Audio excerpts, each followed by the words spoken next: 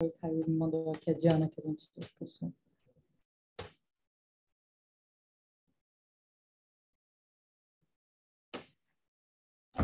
Gente, seguinte, bem-vindos e bem-vindas. Estamos começando o nosso primeiro Purple Talk, com convidados muito, muito especiais e pessoas do coração. Para quem ainda não conhece o Purple, né? O Purple é uma empresa que ela acontece dentro da Brandin, paralela, irmã da Brandin, vai botar desse jeito, que é um software de métricas de branding, que começou porque eu, em muitos eventos, ouvia, no lugar do Stefano e da Ju, ouvia a pergunta como que a gente faz para medir branding, e percebi que, cara, não temos um jeito que eu confio, que eu acho bom, que eu acredito. Então, eu falei, bom, a veia empreendedora bateu forte, eu falei, peraí, acho que esse problema eu consigo resolver. E peguei para mim, mas a gente está fazendo isso muito com muito contato, muita pergunta, muita interação com o mercado, porque a ideia é exatamente fazer uma coisa que seja funcional, que seja boa para todo mundo. Então, daí nasceu a ideia da gente fazer um evento que traz vários pontos de vista e debate. A gente vai começar falando com vocês no Mudo e depois, na metade do caminho, a gente vai abrir para perguntas tanto de vocês quanto algumas perguntas que já estão aqui com a gente, de pessoas que mandaram antes. Bom, gente, seguinte, temos aqui a Ju Risola, que é Product Lead no Nubank, e o Stefano, que é Brand Manager no Quinto Andar, acabou de fazer um rebranding lindo. Vocês dois passaram por rebranding recentes, né? E aí a ideia, cada um deles vai começar falando, vamos começar com a Ju, e a pergunta, né, do título, né, como medir se eu estou fazendo um bom trabalho de branding, e aí você vai trazer para a gente perspectiva de produto, né, Ju, que eu já sei. Então, numa empresa que é super orientada a branding, como que essa marca te ajuda, que frameworks que ela te traz no dia a dia, ou como que você sabe que o que você fez foi bom ou ruim, e qual o papel de branding, né, nessa tomada de decisão aí de produto. Boa. Bom, primeiro, boa noite para todo mundo. Guto, obrigado pelo convite. Prazerzaço estar aqui. Stefano, delícia estar do seu lado. Gente, é um desafio muito grande, como vocês podem imaginar, porque a gente está numa marca, né? Eu estou dentro de um produto onde é bizarro de se pensar que a gente é um banco amado pelas pessoas, né? Muito estranho pensar que tem um banco que as pessoas amam. Então, a marca se consolidou de uma maneira muito forte. E não é opcional a gente impactar os valores da marca. Isso não entra em discussão no Nubank. Então, isso aqui faz sentido para o economics do produto, faz sentido porque fecha a conta em termos de business, mas não faz sentido para o usuário ou impacta os valores da marca, impacta a percepção do consumidor em relação à nossa marca, esse produto não vai parar em pé. Não é opcional isso para a gente. Então, o que acontece? Como isso é muito forte, a gente tem uma facilidade grande que a gente tenha no community, que é a comunidade que foi criada por usuários do Nubank, que dão muito da temperatura do que está acontecendo, mas ali são dados mais qualitativos. Eu sempre confundo qualitativo com quantitativo, gente, vocês acreditam? Dado mais qualitativo. Dado mais qualitativo, onde eu pego um pouco da temperatura das coisas. Mas toda vez que eu lanço algum produto no Nubank, eu tenho que medir se isso impactou nos valores da marca. Qual que é a percepção que o consumidor ficou depois do lançamento, depois de interagir com o meu produto, se muda algum atributo meu de marca. Então, a gente tem, né, um ranking de todos os atributos e aonde que o Nubank está considerado, atributo humano, atributo qualidade, atributo... Então, a gente tem uma lista de atributos, a gente sabe aonde que o Nubank está ranqueado ali nessa lista de atributos, e toda vez que eu lanço um produto, eu meço se isso impactou positivamente ou negativamente. Isso não é só um produto... sei lá, eu lancei uma nova feature, mas inclusive é a relação do meu atendimento com os meus usuários. Então, assim, quando eu mando um e-mail, como é que o meu cliente se sente em relação a isso? Qual é o impacto que ele sente? Se ele se lembra, inclusive, que foi a marca que foi, se isso combina com o que ele esperava do Nubank. Então, a gente tem uma série de coisas que a gente mede, que a gente pode entrar mais em detalhes de como que a gente mede nisso, mas é um desafio para a gente e como que a gente isola o fator esse produto do valor impacto de marca de uma maneira geral, né? Porque essa é uma outra dificuldade. Como é que eu garanto que isso foi impacto do meu produto que eu lancei ou se isso é alguma outra coisa que está acontecendo no Nubank, porque marca não tem como você isolar. Tipo, abrimos o IPO. Se eu mando um e-mail para o meu consumidor e tento lançar, a cabeça do meu cliente está no IPO, não está no produto que eu lancei.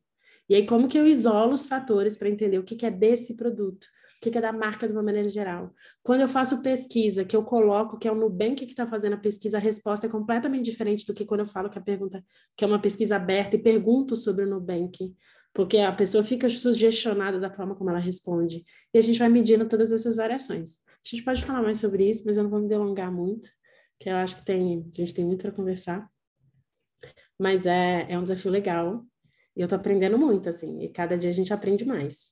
Em como que a gente mede, como que a gente consegue ser mais efetivo, como é que é o reflexo disso. Tá sendo massa esse desafio. Eu sou, só de nível de curiosidade, eu sou designer de formação, eu trabalho com produto tem 8 anos e eu fiz uma especialização em branding antes de começar com o produto. Então, eu sou apaixonada com branding, eu comecei no marketing quando entrei em startup. Então, e hoje meu principal ponto de fortaleza é métrica, porque eu trabalho dentro de crédito. E eu sou conhecida como uma pessoa focada em dados, então, assim, eu sou um perfil bem louco, que a gente conversou sobre isso, né, Guta? Não é opcional hoje em dia você ser uma coisa e não ser outra. Então, acho que é um dos motivos pelos quais a gente está aqui conversando hoje. Muito bom, muito bom. Eu acho que essa mistura é o que faz a gente conseguir evoluir, porque até o purple, não sei se vocês sabem, mas o nome purple é porque é uma cor que nasce da mistura. É uma cor que ela não é primária, então você tem que misturar duas coisas. E é exatamente do tipo, cara, branding é visto como essa coisa criativa louca e o marketing está indo para um lugar também só de métrica, e você tem que ter um pouco dos dois. Então, acho que, enfim, essa mistura está na nossa essência, está literalmente na nossa essência de marketing. Stefano, vamos para você. Com o rebranding vocês fizeram, né? Assim, eu sei que essa discussão ficou até mais viva aí dentro de como que a gente mede, como que eu sei se o que eu estou fazendo estava dando sentido, como que eu tomo decisões de mudança de marca. Então, fala um pouquinho disso para a gente aí no quinto andar. Boa, Guta, obrigado. Primeiramente, boa noite a todo mundo e valeu pelo convite, Guta. Ju, prazer dividir essa conversa com você. E muito legal já ouvir esse relato do seu lado, Ju, porque a gente tem uma situação no quinto andar ainda um pouco mais informação, assim. Interessante ver como, na verdade, a gente é uma empresa que tem uma origem de tecnologia, assim como o Nubank tem, mas a gente não respirava tanto branding assim de origem, né? A gente não tem uma origem em marca como é a minha percepção do Nubank, acho que é da maior parte das pessoas e o que você acabou de confirmar para a gente também, né? O rebranding, que acho que todos talvez já tenham visto, que acabou de sair, na verdade, faz umas 2, 3 semanas que a gente lançou, foi um projeto que eu e o time que a gente, aqui na parte de branding mesmo, a gente estava super envolvido, liderando isso durante um ano inteiro, foi um baita esforço, aí, uma baita força-tarefa, assim, para conseguir colocar isso de pé. Ele já, na verdade, dá sinais de que o quinto andar está indo para esse caminho que acho que o Nubank já está um pouco mais estabelecido, assim. A nossa intenção com o rebranding foi uma tentativa de transformar a nossa marca, que era uma marca muito reconhecida por ser líder no segmento imobiliário com tecnologia. Então, a gente é a principal referência quando você pensa numa imobiliária digital. Nós somos os líderes como imobiliário mesmo. Mas, na verdade, de qualquer maneira, a gente entendia que isso não era muito sustentável do ponto de vista de marca, né? A gente era uma empresa reconhecida, querida pelas pessoas, porque a gente também transformou um mercado, um segmento super datado, super difícil e velho e tradicional, mas ficava mais ou menos por aí, assim, era muito mais uma experiência de produto do que propriamente algo que fosse para além disso e fizesse com que as pessoas lembrassem da nossa marca, entendessem os valores da nossa marca, esse tipo de coisa. Então, o rebranding, ele é um movimento que a gente fez agora recentemente para, dentro aqui de casa, a gente conseguir restabelecer os nossos critérios principais e começar a respirar um pouco mais a marca como um dos principais orientadores, indicadores de sucesso de tudo que a gente faz aqui. E isso, obviamente, acho que para trazer para o tema da nossa conversa, obriga com que a gente também comece a temperar um pouco mais as nossas formas, nossos indicadores de sucesso aqui, em função do que significa ser essa marca reconhecida, amada dentro do mercado imobiliário. A gente entende que hoje não existe uma marca dentro desse segmento que é amada, né? A Ju iniciou falando, é um banco que é amado. A gente não acha que existe uma imobiliária amada hoje em dia nesse mercado. E a gente está em função de construir isso aí. Agora, nossa intenção é meio entender quais seriam esses indicadores que vão mostrar para a gente que a gente está chegando nesse lugar e distribuí-los por uma série de lugares onde a gente vê a nossa experiência acontecendo. Então, o produto também é um deles, onde a gente tenta cada vez mais colocar dentro dos nossos brand trackings, assim, uma relação mais de experiência, quando as pessoas estão na nossa plataforma, navegando, ou tendo contato com nossas comunicações mais diretas de CRM e tudo mais. Essas são implementações que estão, né, no decorrer de serem feitas para que a gente consiga ter mais o tom de como que a gente mede a força da nossa marca. De novo, né, reforçando que a gente sempre foi uma empresa mais de engenharia, assim, nesse sentido mais produteira mesmo, do que propriamente de marca.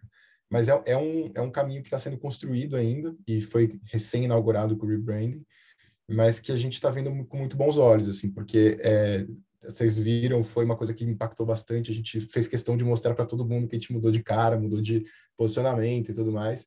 Então, a companhia internamente também foi muito afetada, assim, a gente percebe uma mudança de autoestima mesmo em quem trabalha aqui no Quinto Andar, que dá um orgulho de fazer parte dessa marca que está inaugurando agora.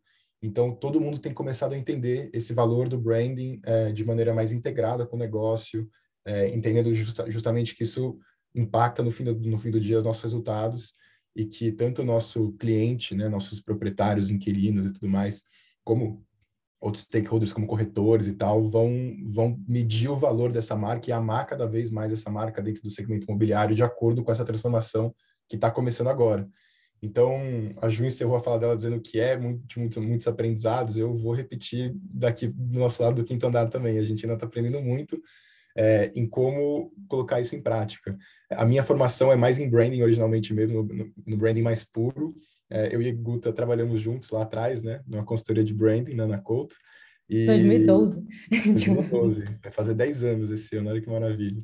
E a A gente... gente era estagiário, a gente era assistente, né, junto. A gente era estagiário, fomos promovidos para assistentes na No época, mesmo Guta no dia. Rio, eu em São Paulo, no mesmo dia. E aí o resto é história, né? Boa. O que vocês ficaram, assim, eu acho que é legal também ouvir um pouco do entre vocês, assim, essa troca de figurinhas e de comparar experiências. Então, acho que, não sei se vocês têm perguntas um para o outro. Eu tenho assim, na verdade, o primeiro é uma percepção que pode estar completamente errada. Eu acho que a gente tinha uma vantagem no Nubank, que é, primeiro, a gente tinha marcas odiadas. Então, quando tem marcas odiadas, é mais fácil ter marcas amadas, sabe? Não mais fácil, assim, não estou desmerecendo de maneira alguma, sou completamente alucinado pelo trabalho que a gente fez, mas eu acho que no Quinto Andar, no mercado imobiliário, ninguém amava nenhuma outra imobiliária, mas ninguém odiava com o ódio que a gente tem do banco. Então, assim, era um mercado extremamente ríspido. Agora, o que eu fico mais curiosa do trabalho do Quinto é como que vocês criam essa relação de marca, sendo que vocês participam da vida em momentos mais específicos, né? É diferente de mim, assim, que eu tenho um relacionamento diário com o meu cliente.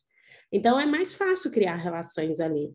Você tem mais oportunidade de touch point, você tem oportunidade de criar essa relação a longo prazo. Como é que é para vocês isso? Porque vocês têm, assim, bem quebradinho, assim, os momentos de relação, né? Com certeza, uma ótima pergunta, Ju. Na verdade, começando ali pelo começo, a gente realmente entende que o mercado imobiliário, como eu falei agora há pouco, não tem uma marca amada, né? As imobiliárias tradicionais que a gente conhece, elas são muitas vezes muito pulverizadas, na verdade, né? O mercado imobiliário é um mercado que está no Brasil inteiro, acho que diferente do segmento financeiro, né? Que você tem os grandes bancos presentes no Brasil inteiro. No nosso caso, a gente tem questões assim, imobiliárias de bairro, que são especialistas naquele bairro e que é difícil o Quinto Andar entrar, muitas vezes. Até hoje a gente sofre com isso, porque, de fato, tem uma especialidade, e é uma coisa que a gente tem que celebrar, inclusive, porque é uma especialidade que está na mão dessas pessoas.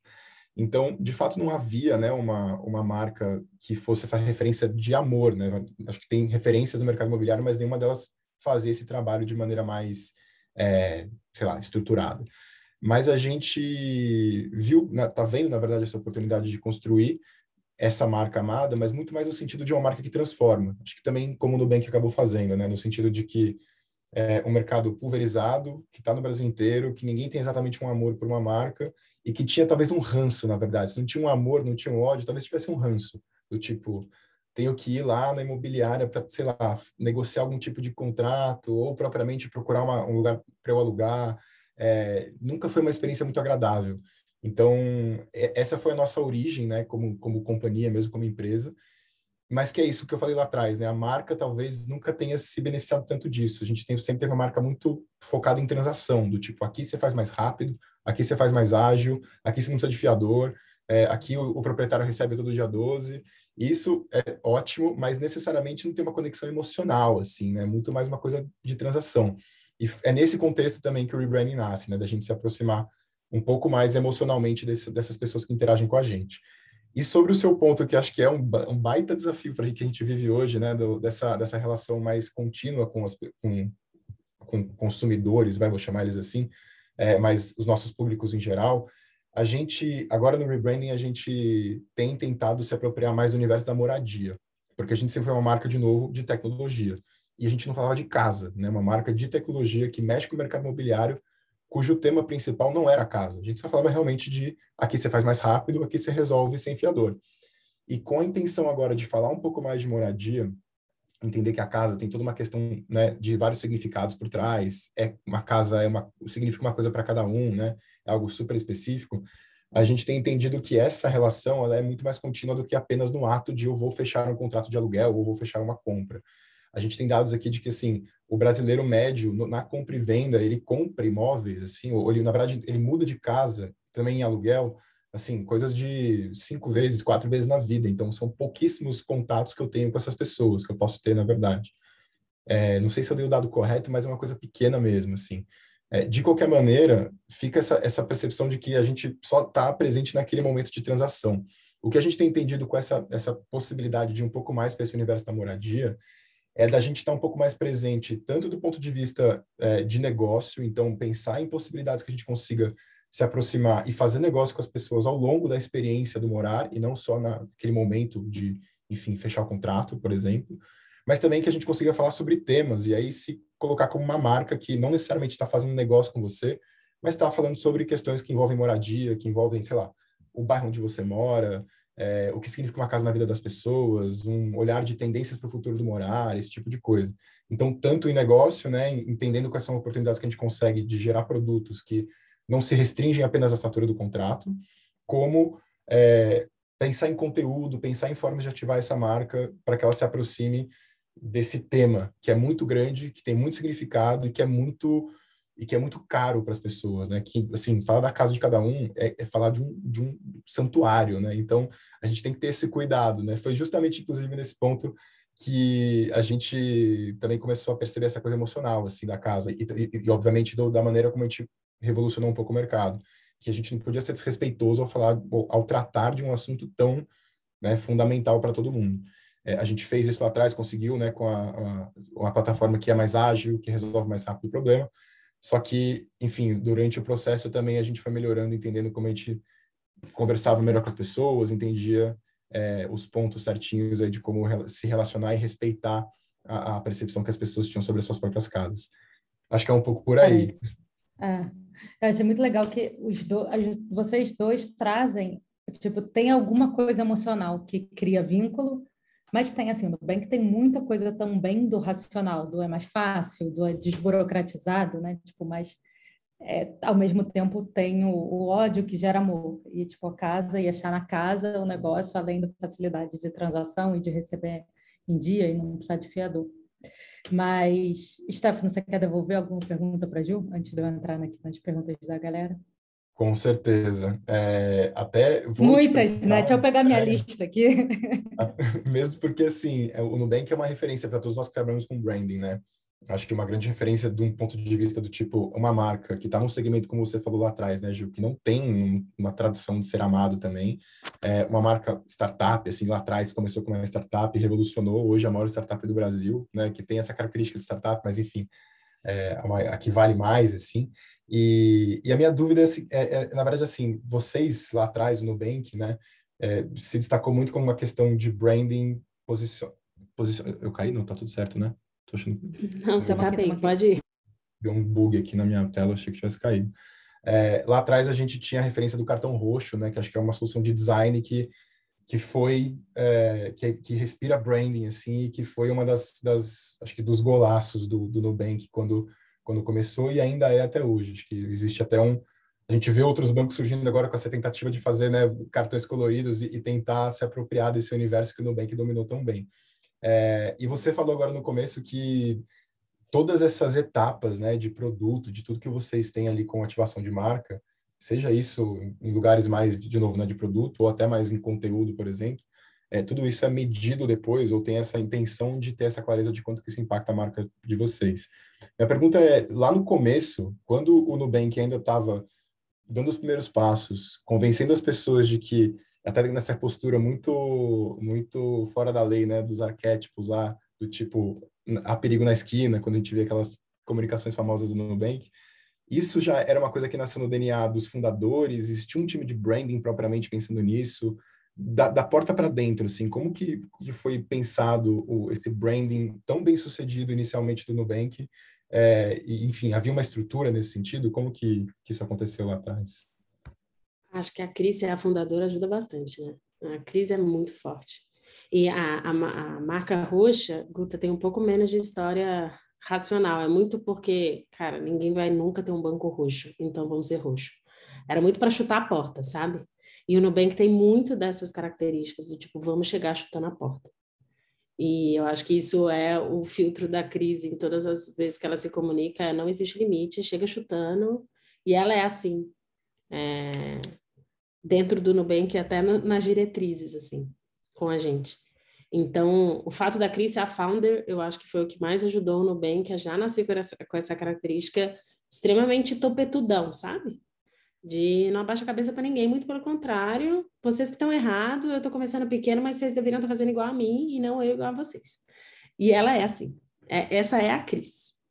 Então, acho que a marca tem muito da cara dela nesse sentido, e alguém trouxe, acho que a Guta falou sobre, o Nubank também veio de desburocratização, tal. Esses atributos da qualidade do produto, eles são muito fortes. Eu acho que a diferença é que o Nubank tinha um atendimento muito forte, porque eu acho que um dos principais problemas dos bancos sempre foi, obviamente, todas as burocracias, mas o atendimento foi sempre um calcanhar de Aquiles. E o Nubank, ele entrou com um produto inicialmente básico, mas com atendimento muito forte. Era um relacionamento com o cliente no pilar atendimento. E aí, acho que é aí que foi se construindo uma relação de marca. Então, por mais que o produto é bom, mas era o atendimento que chamava atenção. E aí depois, eu acho que com a maturidade da marca, é que foram se trazendo atributos mais emocionais. E isso veio ainda mais forte com o novo CMO, que é o Arturo, que é gigantesco. O cara é gigantesco. Ele trabalhou NBA, Nike. O cara, ele estava Apple, ele estava aposentado e chamaram ele e ele falou: vou voltar e vou resolver brincar com esse banco, vocês são um bando de louco, eu quero entrar nesse barco junto. E ele que fez a campanha do Just Do It, da Nike, que provavelmente todo mundo conhece. Que você para de falar sobre produto e começa a associar com conquistas, com apelo emocional, com o que aquilo significa para você. E aí você associa a marca com coisas completamente diferentes.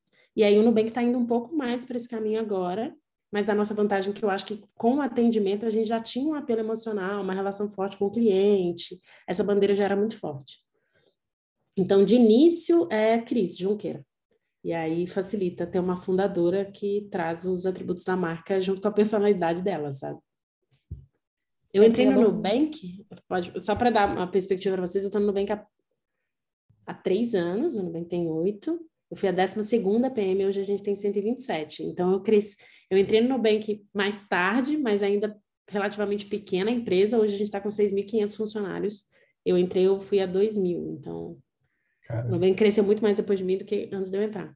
E a proporção de PM aumentou a proporção bem. de PM é assustadora, assustadora. E é muito, muito louco que vocês dois falaram de personalidade de founder, dando personalidade para a marca. Só que são founders com personalidades muito diferentes entre si, né? Eu vou começar a fazer as perguntas aqui da galera para vocês, mas vocês podem também querer fazer um para o outro mais depois. Eu vou juntar algumas aqui. Então, tem algumas aqui de OKR, e eu acho que até casa com a época do ano que está acontecendo, mas um pouco de como que os OKRs, quais são, vocês vão querer abrir quais são exatamente os de vocês, né? Mas também acho que assim, como que vocês chegam neles, se Ju tem alguma coisa mais de branding, E Stephanie, em branding, consegue definir se vocês usam OKR ou algum outro tipo de métrica, né? Também vale. E aí, se isso dialoga métrica de branding, assim, métrica de branding com métricas macro de negócio, assim, se tem alguma coisa dentro dos objetivos de vocês, eu acho que essas são em relação ao objetivo de vocês e como que vocês medem, como que isso se relaciona com o sucesso do business, como que branding está nessa história. Legal. Então, no nosso caso, a gente tem o seguinte, né? Como eu comentei ali meio de passagem no começo, a gente está sofisticando bastante nossas formas de medir o sucesso da nossa marca, inclusive colocando isso também na experiência, como eu comentei ali atrás, né? Alguma coisa que a gente tinha uma trackings de marca ainda muito associados aos atributos transacionais do quinto andar, que eram os que prevaleciam. Agora, com o rebranding, né, a gente mostrou para o mercado nossa nova identidade visual, mas a gente tem todo um trabalho de posicionamento que também foi refeito com novos valores e tudo mais. Isso, agora a gente também começa a medir nos nossos brand trackings e na verdade, calibrar eles com um pouco mais de objetividade para a gente conseguir entender, né, como é que a gente vai medir certinho e pelo que a gente vai se referenciar quando a gente for entender o tamanho que a nossa marca está conquistando e tudo mais. E além disso, a gente tem também métricas que não são necessárias, que acho que esse é o ponto da sua pergunta também, né, Guta, no meu caso. A gente não tem necessariamente metas que são puramente de branding, mas que a gente entende que são métricas que o branding é impactado e ele impacta mais indiretamente. Então, desde coisas de funil, como, por exemplo, awareness, preferência, é uma coisa mais clássica. Então, a gente, de alguma maneira, participa desses impactos em funil, não diretamente, mas a gente, com certeza, sabe dos números e se preocupa com eles e é cobrado por eles também. Mas a gente tem uma relação mais nosso dia a dia dentro da nossa área de brand aqui, que não é a área de branding, a gente tem uma área de brand, e dentro da área de branding a gente tem uma divisão de branding da qual eu faço parte. Nossa área de branding ainda tem, enfim, outras áreas que vão construindo junto, PR, criação e tudo mais. Então, tem uma relação maior aí. Agora, a gente tem aqui, por exemplo, desde métricas que são aí, a gente leva, né, partes delas para os nossos OKRs, assim, que consideram nosso tráfego, a nossa busca branded mesmo, as pessoas que entram no Google e procuram por quinto andar, a gente vai medindo isso e vai entendendo como isso impacta a nossa saúde de marca e tudo mais. Só que no fim do dia, é o que eu falei, né? A gente não é responsável diretamente da área de branding por isso, mas a gente está de olho nesses números para também, em alguma medida, ser cobrado, né? Não é o núcleo da nossa meta aqui dentro da área de branding, mas a gente acaba tendo participação. Especificamente no nosso caso, a gente acaba trabalhando mais com projeto, né? Pensando em OKRs mesmo. A gente tem menos esses KPIs, assim, ainda muito relacionados a esses números, mas mais por entrega de projeto, porque a gente tem muita coisa aqui. A Ju comentou aqui no chat sobre a Casa Mineira, né? Então, tem todo um trabalho de integração com marcas que a gente adquire, um trabalho muito grande de arquitetura de marca, que são mais desse branding puro, que se conecta com o negócio, que se conecta também com esse branding mais proposta de valor, plataforma de marca, esse tipo de coisa. A gente tá mais por aí, assim, quando a gente fala de OKRs. Mas, resumindo isso tudo que eu falei, né, a conexão com o negócio, ela é muito mais por indicadores de tráfego, de busca branded, e também nossos brand trackings ali, onde a gente encontra esses atributos de marca cada vez mais próximos do que a gente definiu agora para o rebranding e que indicam de alguma maneira que a gente está conseguindo construir a marca que a gente quer construir. Ainda de novo, como eu falei algumas vezes aqui, está no começo, porque a gente acabou de fazer isso, mas esse é o caminho, mais ou menos, assim, contando meio por cima como a gente mede, como a gente razoavelmente estabelece nossas metas aí, considerando esse cenário. Boa. Gente, no meu caso é um pouquinho diferente porque eu não estou na área de branding do Nubank.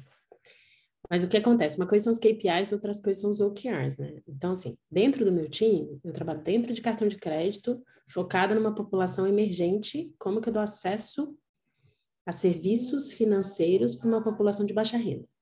Então, eu estou dentro de cartão de crédito no time, hoje a gente está com 47 pessoas. Então, é um time dentro de um time dentro de um time. Então, eu não tenho OKRs focado em branding. Isso não quer dizer que a gente não mede o impacto que a gente está gerando na marca. E branding, gente, é tudo aonde a sua marca alcança. Tudo. Então, assim, o e-mail que eu mando para o meu cliente, a forma como eu mando mensagem de confirmação de compra, a forma como o atendimento chega, a forma como a tela de explicação do produto, a linguagem que eu vou usar nesse momento. É a experiência inteira, gente, de ponta a ponta. Então, eu tenho que entender se a experiência que eu estou proporcionando para o meu cliente, primeiro, se eu estou falando que eu sou uma marca que desburocratiza as coisas, se é de fácil entendimento para o meu cliente. Então, por mais que não tenha uma coisa tipo, isso aqui é especificamente isso, eu meço claridade das coisas que eu falo, a percepção de transparência das coisas que eu falo. Então, os atributos de marca, os atributos que são relacionados à marca, o produto tem que ser percebido da mesma forma, porque é marca também. Então, eu meço essas coisas como para garantir que eu esteja alinhado com o posicionamento da marca do Nubank. Então, meus OKRs são muito mais voltados a satisfaction, satisfação, a engajamento com o meu produto, e aí, satisfação e engajamento tem muito a ver a forma como ele se relaciona com o seu produto, com a sua marca. Então, acaba que é um reflexo disso, mas eu não tenho um OKR específico de branding. Mas acho que é deu louco para que entender. está na cultura, né? Porque você falou que você se baseia nisso para tomar a decisão. Então, Sim. ele, ao invés de ser, tipo, conferir se deu certo, você usa de ponto de partida, tipo, meio que o caminho contrário, assim. Porque, Guta, por exemplo, assim, se eu quero lançar uma coisa, e aí se eu lanço, e por mais que tenha, sei lá, uma parcela de consumidor que gosta e uma outra parcela que não gosta, é meu desafio entender o que eu ofereço para quem, para eu não ofender um consumidor de receber um produto que ele não quer. Porque não faz o menor sentido. E isso impacta completamente na percepção dele em relação à marca. Então, qualquer coisa que você faça, gente, qualquer passo que você faz, ainda mais a gente que é um produto muito utilizado, a gente é o principal canal com o nosso cliente, não dá para vacilar. Porque se eu vacilar ali, eu perco completamente a percepção do consumidor em relação à marca Nubank. Então, essas coisas não tem como isolar um fator do outro, sabe? Total. Então, posso fazer Ô, um Ju, comentário vai, sobre isso? pode. Eu acho Deve. interessante que, assim, para mim tem uma relação estou achando muito legal, Ju, ouvir isso de você, porque eu fico comparando um pouco com a nossa realidade aqui no Quinto Andar e vendo como aquilo que a Guta falou agora faz sentido, assim. A gente está falando de empresas que são jovens, né? E que acho que talvez por serem jovens e serem da época delas, serem muito contemporâneas, elas respiram muito o que os fundadores propuseram lá no começo, né? E no nosso caso, nossos fundadores, eles são engenheiros, né? Brilhantes engenheiros, mas que não tinham essa noção muito clara de como a gente chega em como que marca pode impactar. E é muito legal porque, assim, aqui no nosso caso, eles são dois CDFs, eles amam estudar tudo que é colocado, e quando o assunto do rebranding veio na mesa, eles mergulharam nessa história, queriam saber o que significa tudo mais. A gente já teve um processo de rebranding anterior que acabou não indo para frente, mas, enfim, naquela época eles estavam super empolgados e participativos dentro desse processo. E aí, quando você conta um pouco do fato da sua área não ser de branding especificamente, mas isso está em todo lugar, para mim é muito Nubank mesmo, né? Porque o Nubank nasceu com essa cara de branding mesmo, uma marca que está olhando com cuidado para o que significa gestão de marca e tudo mais. A gente aqui no Quinto Andar, como eu falei algumas vezes aqui também, acho que se refere também a essa história dos nossos fundadores, a gente está ajustando a nossa rota, porque a gente começou de outro lugar, né? A gente veio para um outro caminho, e com o tempo a gente foi entendendo como que a gente sofisticava, elaborava, vai, porque tá difícil de fazer a palavra, elaborava a nossa relação com a marca. Então, assim, tem muito da origem dessas marcas, né? Tem muito da origem desses fundadores, de onde, como eles enxergam tudo isso. Mas para mim tem muito em comum marcas contemporâneas, assim, que estão no mundo que ele é hoje, né? Não tem como você fugir dessa discussão de uma marca que está na cultura, por exemplo, que impacta, enfim, questões de produto. No fim do dia, essas conversas estão sendo pautadas pelas marcas que estão aí, né? E então é bem curioso ver como, apesar de nascerem de lugares diferentes, a gente passa por essas exigências que o mercado nos impõe hoje em dia e que vai apontando ali para onde a gente acaba indo com a nossa maneira de medir a marca, a maneira de medir resultado, a maneira de estabelecer meta e como que a gente acaba, no fim das contas, pautando essas empresas para lugares que são mais orientados à marca no fim do dia, porque isso é bastante importante e inspirador, né? Vou fazer perguntas específicas, diferentes para vocês dois agora. Ô, Ju, como que... E aí depois eu vou abrir para vocês, gente. Então, aqui embaixo tem um reações, para quem não sabe usar o Zoom, e tem um levantar a mão, ó. E aí ele levanta, tá vendo? E aí então, eu vou fazer essa pergunta para eles e depois a gente abre para vocês no final. Ju, como que saber o que a marca significa é transmitido dentro do Nubank? como que você e todos esses 127 PMs, e, enfim, os engenheiros, e como que a galera sabe o que o Nubank... Acho que conforme a marca vai ficando mais o tempo vai passando, até eu sei o que, né? Até as pessoas de fora vão conhecendo, né? Mas como que isso é disseminado aí dentro? Eu acho que você tá completamente certo. Assim, tem essa vantagem de é uma marca tão conhecida que você entra no Nubank já sabendo o que a marca é. Mas eles fazem trabalho tipo de quando a gente é criança, que o professor repete 500 vezes a mesma coisa, a gente escuta 500 vezes a mesma coisa. 500 vezes a mesma coisa. É tipo, começa a reunião, a gente fala assim, gente, lembrando o quê? Blá, blá, blá, blá, blá, blá, blá, e a gente fala 500 vezes a mesma coisa. Então, e eu acho que tem uma outra vantagem que é a coerência das coisas, sabe, Guta? Porque quando as coisas se vivem, de fato, você vê o reflexo disso em todo o comportamento da empresa. Então, ai, gente, para mim não, assim, desculpa, talvez eu esteja sendo polêmica, mas assim, é o branding interno, é o branding, gente, não existe. A marca é uma só, para dentro, para fora, para os lados, para cima, para baixo, para tudo quanto é lado. Então, a forma como o Nubank se comunica com os colaboradores dele tem que ser a mesma forma que ele se comunica com o seu cliente. E aí as coisas se tornam mais fáceis quando isso é real.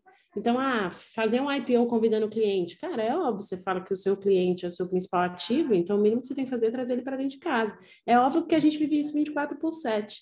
Então, acho que tem essa vantagem, porque como isso é vivido e replicado o tempo inteiro, e os founders e o board do Nubank se comunica muito com a gente, essa comunicação é muito direta, acho que facilita a gente a lembrar o tempo inteiro. E tem uma outra coisa do Nubank que não importa o level em que você está, se você é questionado veementemente se você faz alguma coisa fora dos princípios da marca, assim. Não, é muito claro quando você é outlier, sabe? Quando você está fazendo alguma coisa fora. As pessoas se autorregulam, sabe? Tipo, mas peraí, não é bem assim, não. Então, acho que isso vira uma vantagem, que todo mundo vira o protetor da marca, o guardião da marca, sabe? Então, é fácil as pessoas apontando quando você está indo para o caminho errado. Então, acho que isso isso é muito é o que legal. acaba. E acho que, além de tudo, vem uma dica de liderança embutida aí, né? Que é tipo, cara, você tem que repetir coisas que você quer que a empresa realmente entenda o tempo todo. E tem um ponto que cultura é o que se vive. A gente que está em marcas que crescem muito, você muda o comportamento das pessoas quando você coloca novas pessoas na mesma roda, óbvio. Porque tem mais gente aqui, então muda comportamento. E tem coisa que é passível de ser mudada e tem coisa que é inegociável. E aí você tem que saber o que é inegociável e tirar o que não está fazendo sentido ali para sua marca, sabe? Porque aí reflete. E aí fica o aprendizado, né? Porque a pessoa fala, meu Deus, foi tão... Não posso. Isso aqui está fora de limite, né? Assim, total. Stefano, para você a pergunta mais prática, que a galera pergunta muito de budget. Como que define budget branding? Ou qual que é o budget branding dentro de um budget marketing? Ou existe budget branding? Então, ainda mais vocês agora que tiveram um momento de investimento, você provavelmente sabe mais das coisas aí dentro. Como que isso é definido? Assim, é uma porcentagem? Ou vocês pensam assim, isso que eu preciso e ver se é viável? Boa. Só vou fazer um comentário sobre o que a Ju falou também, porque um ponto que me chamou a atenção e que para a gente também é super importante a gente ter entendido isso também, de novo, com o rebranding, né? É essa relação de como marca é cultura, né? E como que isso impacta o time e o público interno. A gente tem discussões muito evoluídas aqui de como a gente também consegue fazer uma proposta de valor para os nossos colaboradores como um todo, né? E como que isso tem que estar alinhado com a marca que a gente acabou de colocar na rua, em termos de posicionamento. Porque no fim do dia é isso que a Ju falou, a marca é uma só. Então, a percepção que as pessoas têm da marca vem de lugares diferentes, né?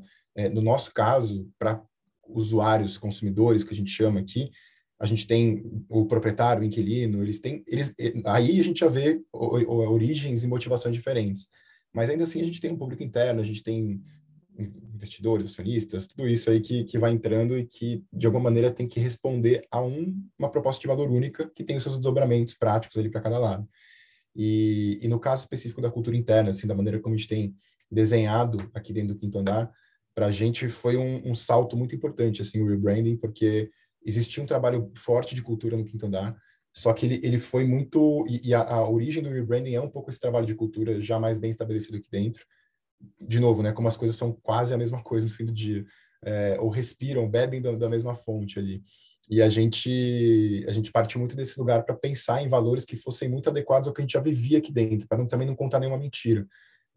Eu vi também um comentário de alguém que disse, e que a gente está justamente no momento aqui no Quinto Andar de sair um pouco desse discurso e tentar entender como isso se aplica na prática. É um super desafio, mas a gente tem horror a essas marcas bullshiteiras, assim, sabe? Que falam um monte de coisa e não chega em lugar nenhum.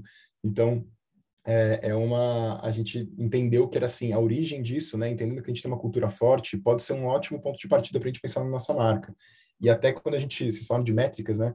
O nosso ENPS, que é o Employee da NPS, a gente também considera muitas vezes assim como uma métrica que indiretamente a gente acaba sendo, né? A gente acaba participando dela.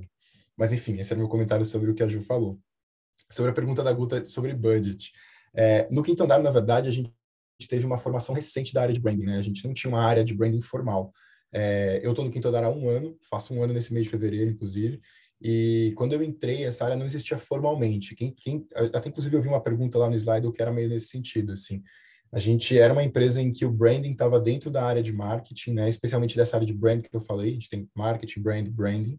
Então, dentro do brand, a gente tinha pessoas trabalhando com disciplinas que tinham a ver com branding.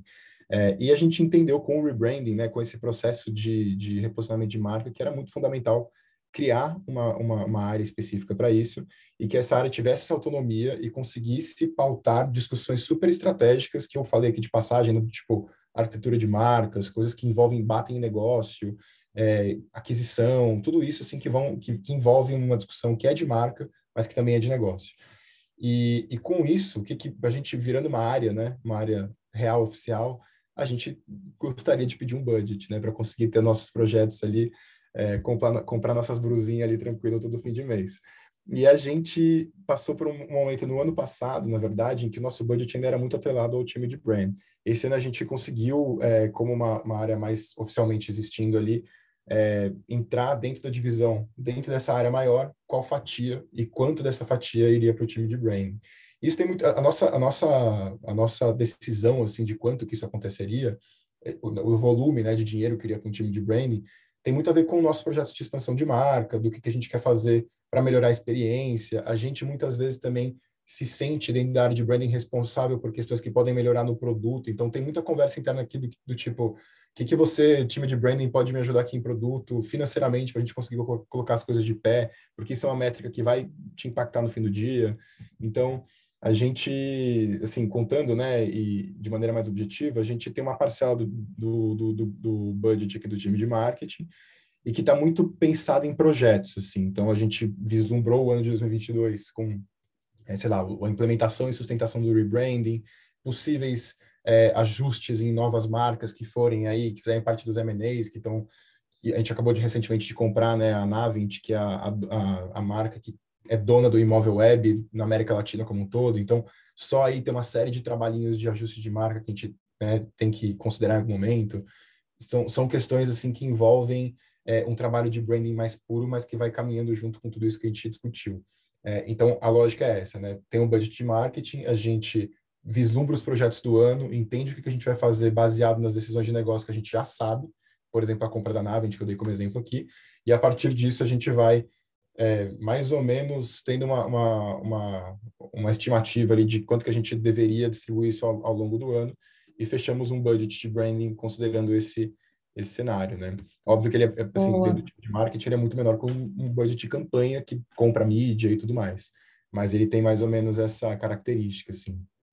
Boa. Eu vou abrir agora, já estamos nos 15 minutos finais, uma dinâmica mais de rodada relâmpago. Marília Gabriela. Marília Gabriela. Então, eu vou abrir para Maria Elisa, depois eu vou ler algumas que estão aqui no link, e aí a ideia é vocês responderem assim mais rapidinho para a gente tentar rodar o máximo. Marília Gabriela em ação. Maria Elisa, você começa. Bom, gente, prazer, eu sou Elisa, parabéns aí pelo toque, parabéns, Guta, pela organização, como sempre trazendo toques super relevantes, e parabéns também vocês pelo todo o toque que vocês trouxeram aí, Stefano, e também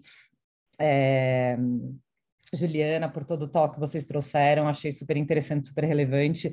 E eu queria trazer, com um momento meio Marília Gabriela mesmo, eu estava tendo um bate-papo com o Antônio Lúcio, esse CMO do Facebook, ele fez um papo de liderança que foi super interessante, que ele falou assim, toda reunião, todo talk que eu gosto de fazer, eu gosto de começar falando de um failure, e eu gosto de falar de uma conquista. E acho que vocês falaram de super conquistas, né? Deu para perceber super, tanto no conceito que vocês comentaram de desbloquear, de construção de marca, do rebranding do Quinto Andar, da percepção de construção de cultura do Nubank, eu achei que foi super, super relevante.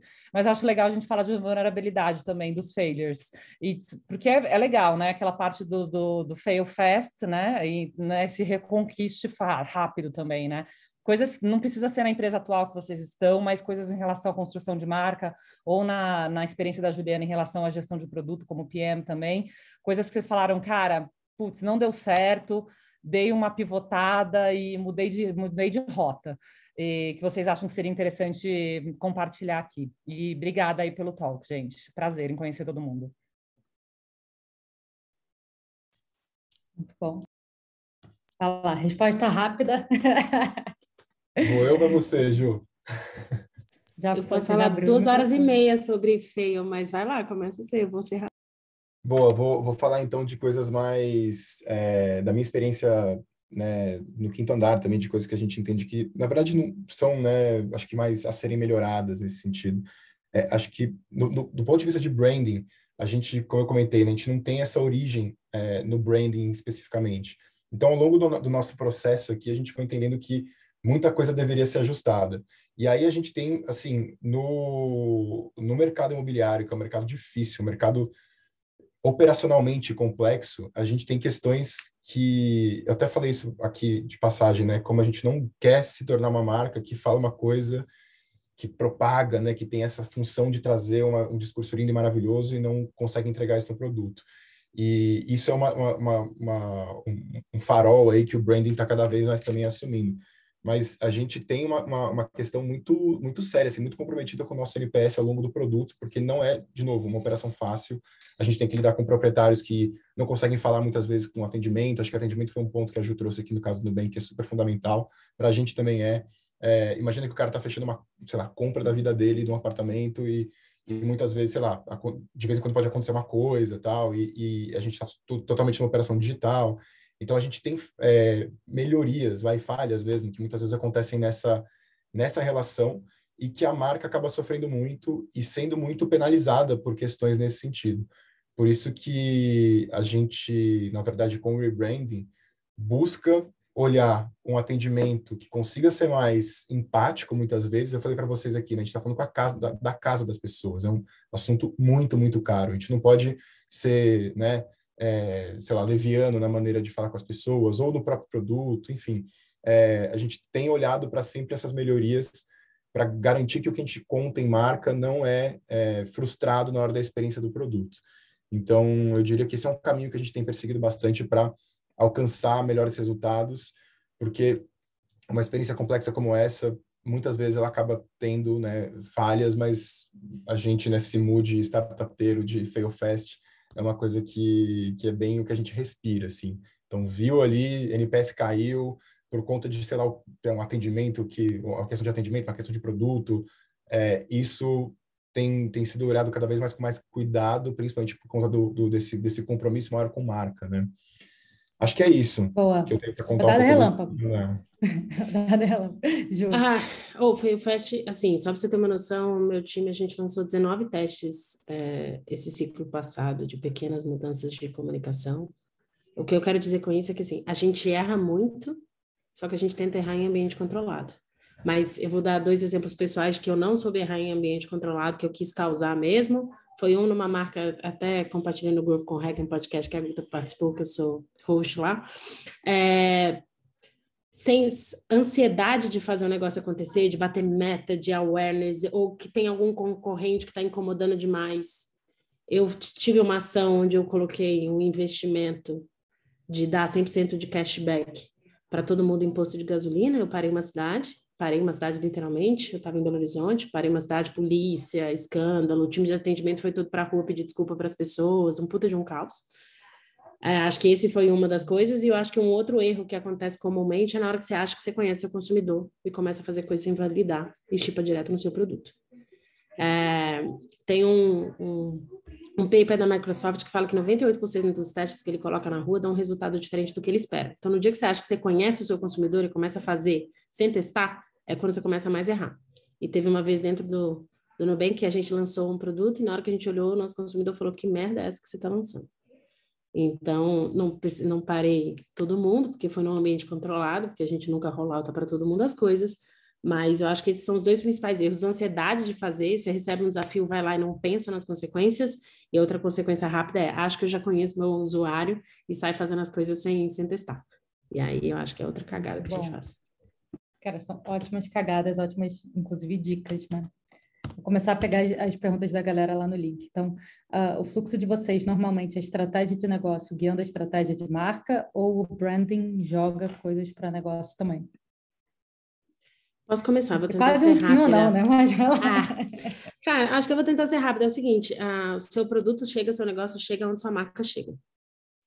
Então, para mim, a marca te fala até onde o seu negócio consegue chegar. Não adianta seu negócio querer chegar num lugar onde sua marca não tem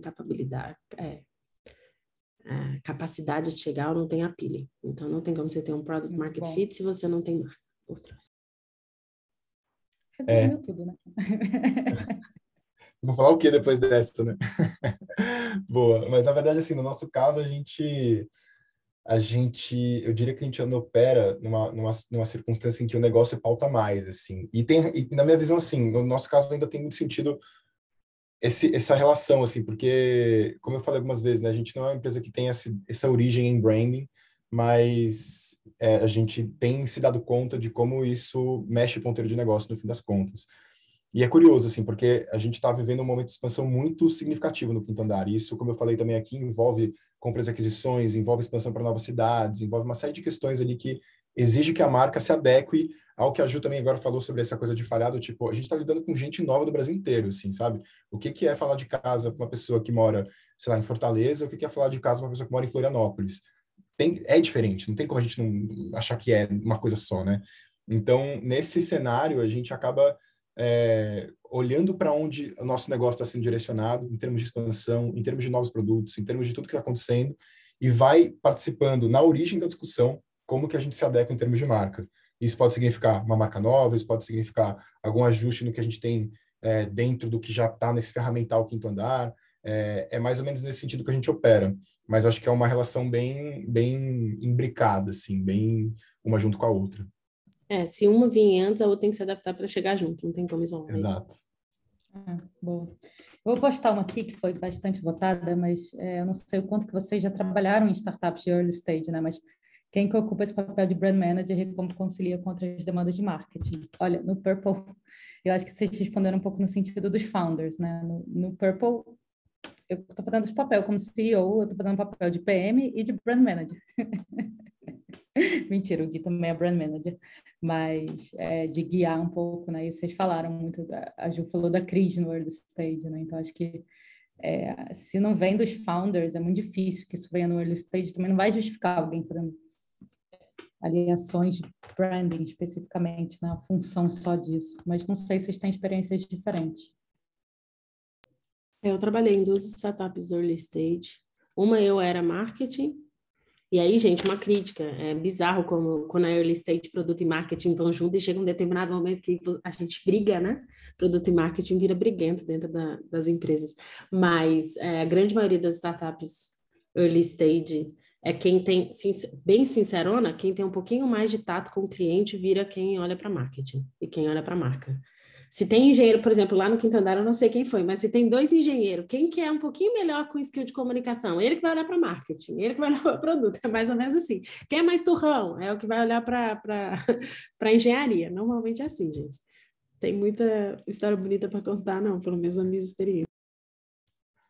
No nosso caso aqui, o curioso é que assim, nosso primeiro CMO foi o Gabriel, que é um dos fundadores, né? Tem o Gabriel e o André, os dois são engenheiros, e o Gabriel, ele foi o cara que tomou conta, em algum dado momento da nossa história, ele foi um cara que assumiu ali a parte do marketing. Hoje ele é nosso CEO, e teve presente em todo o processo de rebranding, é um cara super com sensibilidade para trocar ideias sobre o que a gente fala aqui.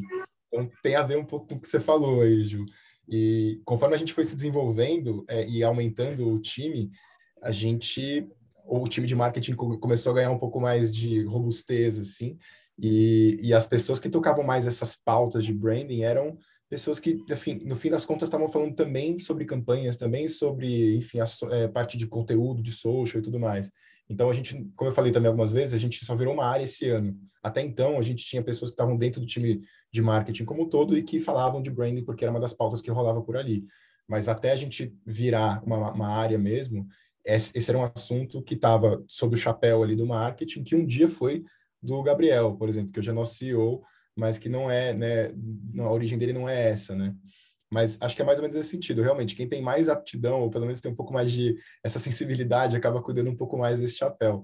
E no fim, essa ponte é que é a grande dúvida. Como é que a gente conversa ali produto e marketing? A gente tem também dentro da área nossas gerentes de produto, de marketing de produto, que fazem essa ponte ali para cada um dos nossos produtos ali específicos, mas acaba sendo nesse sentido mesmo, como é que a gente encontra pessoas com essa sensibilidade um pouco maior ali no começo da história, né? Vou fazer a última aqui, porque eu também quero que vocês façam um jabazinho de vocês no final. E eu vou falar do Purple Metrics também, para todo mundo, que é, né, um software para medir branding. Pessoas que falam em nome da marca, que eu imagino que influenciadores, por exemplo, né, possuem consciência de que representam, então tem algum monitoramento de impacto, como é que isso, assim, em 1 minuto cada um, como que é isso de transmitir a marca para quem fala em nome da marca? Vou começar. Então, no nosso caso, a Vai. gente tem, eu vou até dividindo rapidamente, a gente tem pessoas que falam em nome da marca de um ponto de vista de marketing, de campanha, do que rola, como você falou, né, Guta, influenciadores e tudo mais. E aí esse controle quem faz é mais a gente, né, uma coisa mais controlada e tudo mais. Só que no nosso caso específico do negócio do Quinto Andar, tem um segmento que fala em nome da marca, que é super importante, que são os corretores. E eles são, no fim do dia, influenciadores de venda, né? E eles falam em nome do Quinto Andar muitas vezes, e a gente tem se aproximado cada vez mais com cuidado desse público, que é um público muito importante, e que numa relação que o Quinto Andar é uma marca super digital, e que causa, às vezes, um pouco de receio para quem está há mais tempo no mercado e tem uma visão mais tradicional, essas pessoas muitas vezes ficaram com o pé atrás. Mas a gente tem hoje, né, uma relação muito mais próxima com corretores, ainda também a ser desenvolvida, muita oportunidade, com muito potencial mesmo, porque, de novo, estou sempre puxando a sardinha para o rebranding, estou fazendo jabá disso o tempo todo aqui, mas no rebranding a gente também tem um cuidado assim, com as pessoas que estão à frente do trabalho de corretagem, que são basicamente a nossa força de vendas e quem fala em nosso nome na vida real, no mundo físico.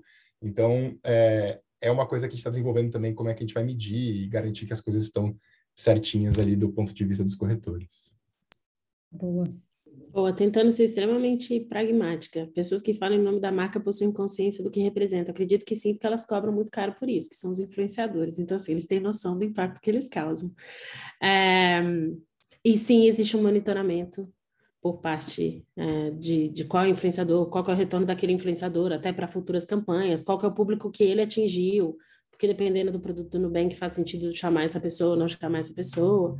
Então, sim, isso tem de perto, e tem também quem são as pessoas de dentro do Nubank que podem falar em nome da marca. Eu não posso falar em nome da marca, mas eu acabo que o que eu falo aqui representa a marca. Então, eu tenho um guidance do que eu posso falar, quais são as informações que eu posso falar, qual é o cuidado que eu tenho que ter. Então, eu tenho um guidance, eu não falo em nome, mas eu sei como eu posso me portar quando está escrito embaixo de mim o que eu faço, sabe?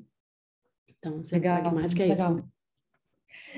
Muito bom. Gente, como a gente é aficionado por métricas, o Gui está mandando aqui uma pesquisa para vocês darem a opinião de vocês, o que vocês acharam desse evento, do que vocês querem ouvir nos próximos. E óbvio que ter quase todos vocês até aqui o fim já é o melhor feedback, né, do que a gente poderia, e além da conversa de alto nível.